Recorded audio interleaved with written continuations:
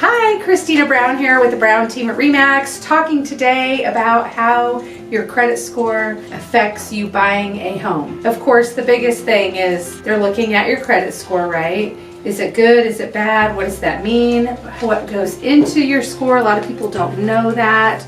So I wanted to kind of mention a few things that center around buying a house. So first of all, there are several different versions of your FICO score, and a lot of people don't realize that when you go to buy a car, they're pulling a different FICO version of your credit versus when you apply for a credit card, that's another one. When you go for a mortgage, that's another version of your FICO score.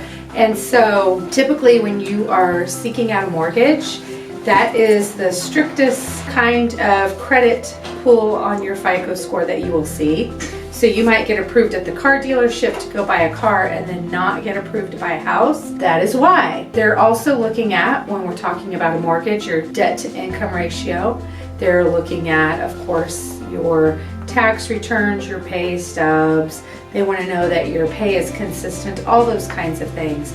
But talking specifically about credit score, let me kind of talk about that. First of all, if you have bad credit, it can negatively affect you because number one, you'll get declined, of course, and that's completely embarrassing to get declined for credit. Sometimes it might be that you just don't have enough credit.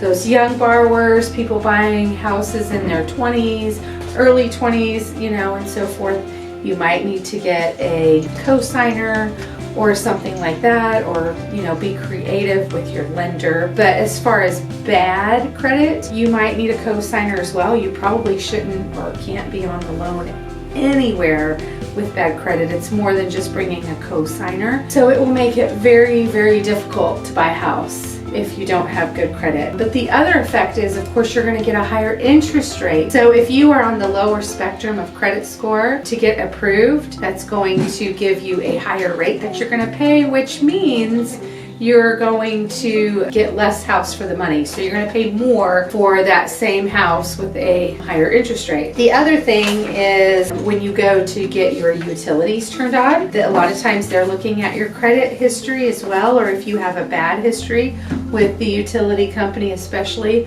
they will likely ask for a deposit of some sort. If you have good credit, they may not ask for that. And some employers actually pull your credit depending on what kind of job you're getting. So anyway, if you can get approved for a house, get a mortgage, that can boost your credit score immensely. The number one factor in helping your credit score is just simply making your payments on time. So you have to be timely with those payments. But the other way it can affect you buying a house is your insurance premiums.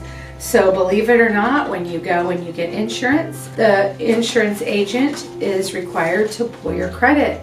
That goes into determining your rates.